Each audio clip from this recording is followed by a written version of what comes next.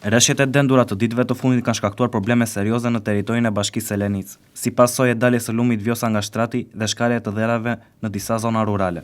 Dalja e lumit vjos nga shtrati ka sjellë përmbytje në disa segmente, duke bllokuar përkohësisht qarkullimi rrugor. Më problematik ka qenë aksi rrugor që lidh qytetin e Vlorës me Selenicën, konkretisht segmenti i njohur si Bishti i Malit, i cili është bërë i pakalueshëm për automjetet për shkak të prurjeve të larta të ujit. Për pasojë, qarkullimi në këtë zonë është ndërprer, ndërsa autoritetet u bëjnë thirrje qytetarëve të shmangin lëvizjet e panevojshme deri në përmirësimin e situatës. Në terren ndodhen ekipet e emergjencave civile, forcat e shërbimit zjarfikës, si dhe punojnës të Bashkisë së Lenicë, të cilët po monitorojnë situatën nga afër dhe po punojnë për menaxhimin e pasojave të motit të keq. Bashkia ka vënë në gatishmëri të gjitha strukturat për të garantuar sigurinë e banorëve dhe për të ndërhyrë aty ku është e nevojshme. Problemet të konsiderueshme janë evidentuar edhe në aksin rrugor Vajt-Sevaster, ku rreshjet intensive kanë shkaktuar shkarje të dherave në disa segmente të rrugës. Dëmtimet janë të shumta dhe rikthimi i plotë i normalitetit pritet të kërkojë ndërhyrje të vazhdueshme me mjete të rënda.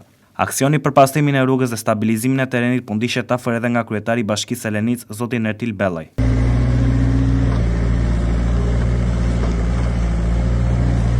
Në fshatin Vajs, situata paraqitet shqetësuese pasi 2 banesa janë dëmtuar nga shkarja e dherave gjatë orëve të fundit. Fatmirësisht nuk raportoi për persona të lënduar, ndërsa familjet e prekura po asistohen nga strukturat vendore. Bashkia së Lenicë ka nisur menjëherë punën për vlerësimin e dëmeve dhe përmarrjen e masave të nevojshme për të garantuar sigurinë e banorëve. Sipas kryetarit të bashkisë, Nertil Bellaj, të gjithë strukturat janë në gatishmëri të plotë dhe po punojnë me intensitet për të rikthyer sa më shpejt normalitetin. Autoritetet lokale u bëjnë thirrje qytetarëve të tregojnë kujdes, të ndjekin njoftime zyrtare dhe të shmangin zonat e rrezikuara deri në stabilizimin e situatës.